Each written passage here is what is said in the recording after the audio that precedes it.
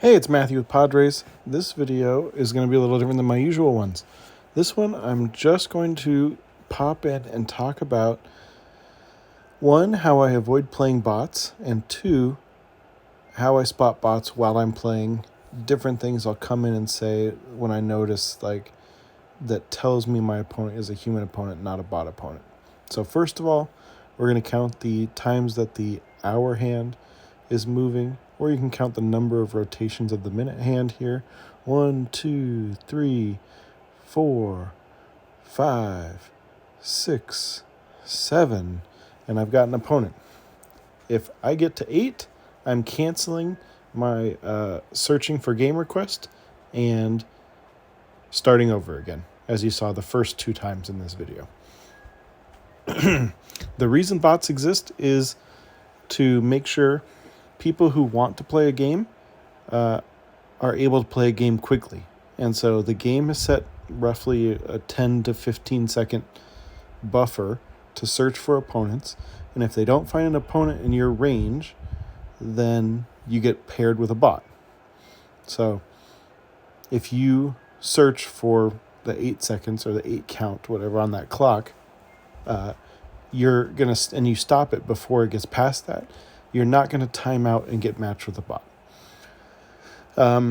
Now, things regarding how to spot a bot when you're playing, it's not super easy to spot a bot while they're batting, but there are lots of telltale signs when your opponent is in the field. So I'll take a break from chatting, let this run, and I'll pop back in when I notice things that tell me my opponent is a human opponent.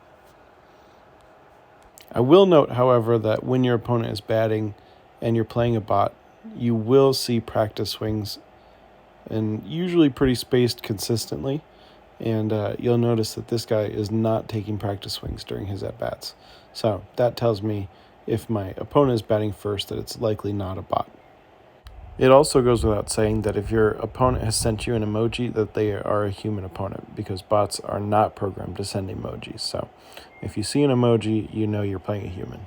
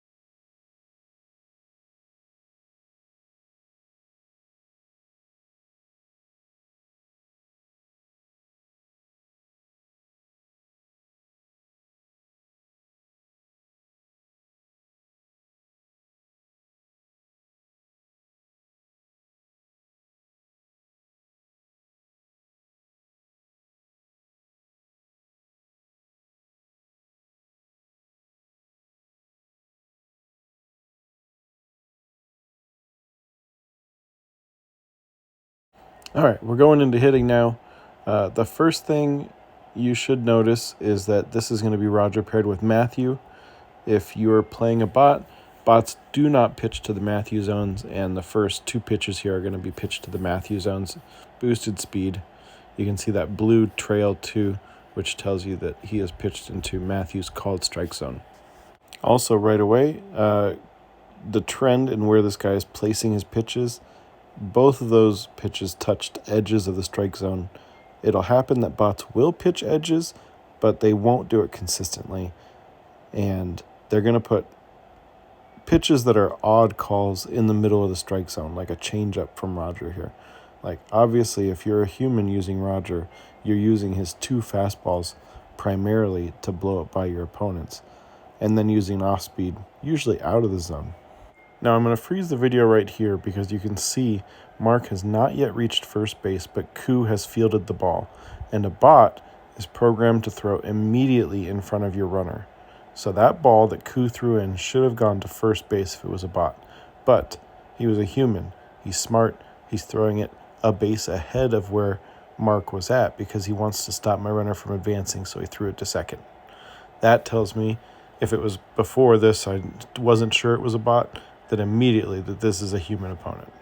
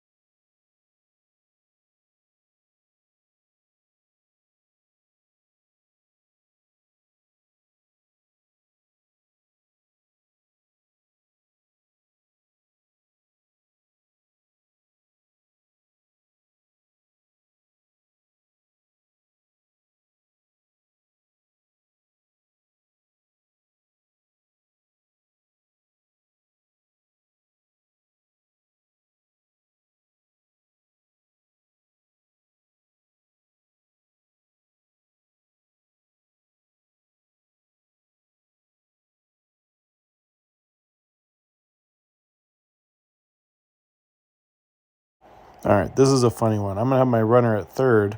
Everyone's holding the ball, and I'm going to send Mickey home.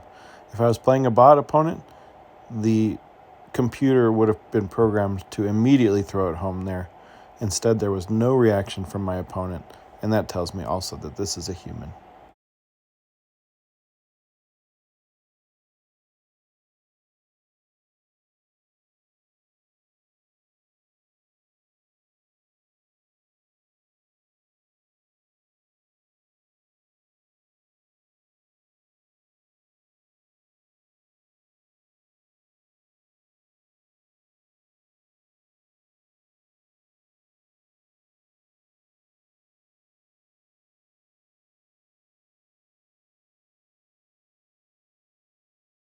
All right, we're going to go back to finding a new game. Let's count out our clock. 1, 2, 3, 4, 5, 6, 7, 8. Cancel. I usually give it a couple seconds and then try again. 1, 2, 3, 4, 5, 6, 7, 8. Cancel. And when you're in Challenger, there's not as many people in our pool of players, so you'll have to do this a few times if you're really trying to play a human opponent. 5, 6, 7, 8. Cancel. And then I think we're going to get an opponent right here. 1, 2, 3. Opponents matched up. It's a real guy. But I will pop back in to tell you when I notice things that are different from a bot.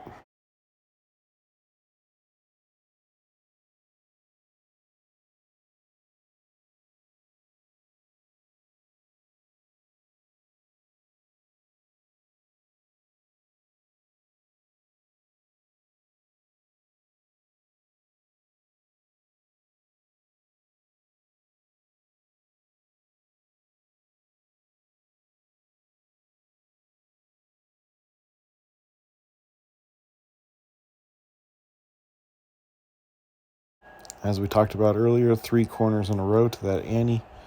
Right away, that tells me this is probably a human, not a bot.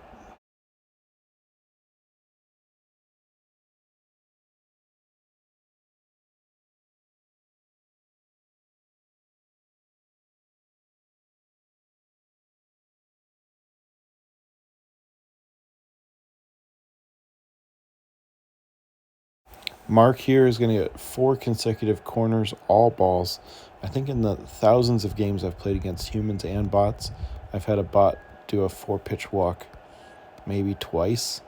So if I wasn't sure already, this is definitely a human. Also, at the conclusion of this play, I'm going to freeze it and you'll see that my mark and runner at third, Annie, have not reached their bases yet. So a bot would have been programmed to throw ahead of Annie, I believe, but instead he holds this here, showing that he's a human.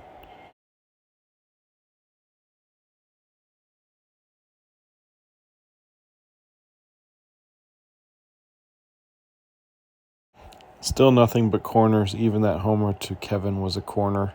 So, more of the same.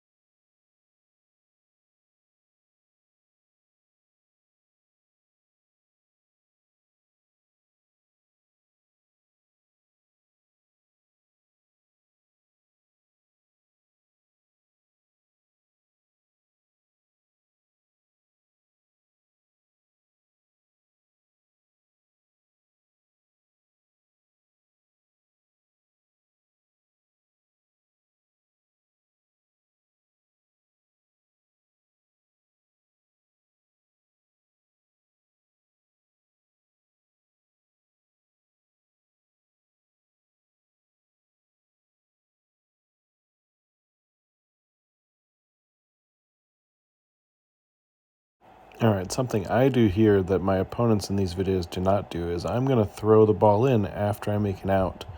And bots will hold the ball indefinitely after making it out with nobody advancing or on base.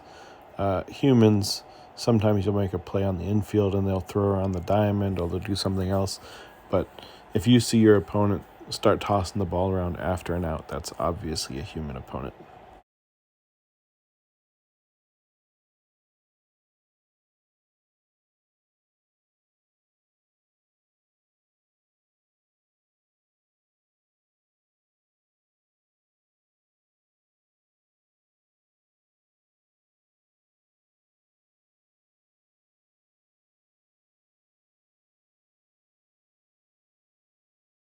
All right, I'm going to do something here that most advanced players do, and you'll notice this in your human opponents.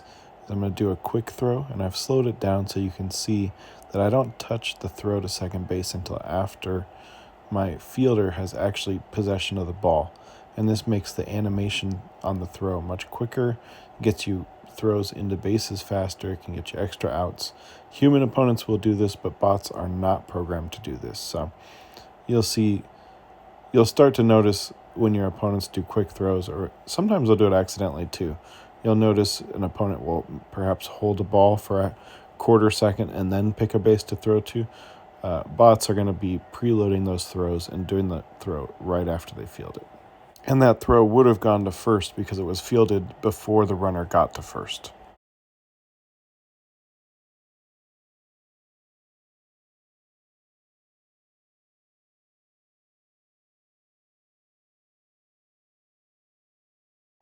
All right, last one.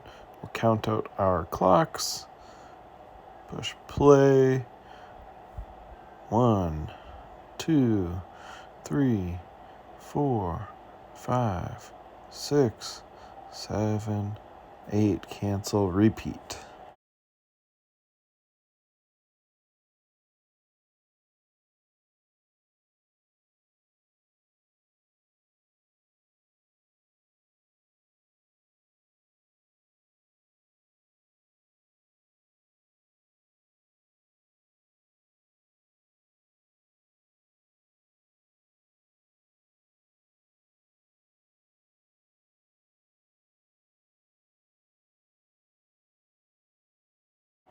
All right, matched up at 7, and we got the leader of Snowcats and Poetry here. So this is a fun little game. Unfortunately, I don't have my best lineup in, and this was one of our Club League opponents. So we'll see how this goes.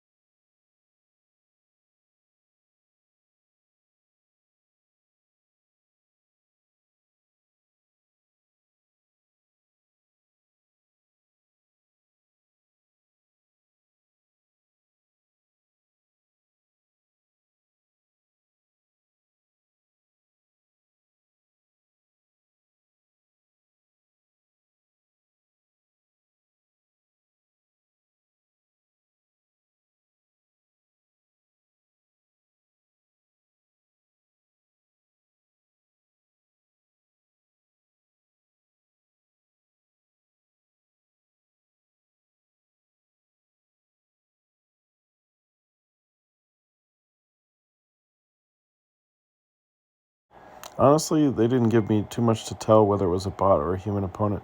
I think there was one quick throw in there when Riley fielded the ball and threw to first, but the only other thing that tells me that's a human and not a bot is that there were way too many balls pitched rather than strikes. A bot opponent would have thrown some more strikes than that.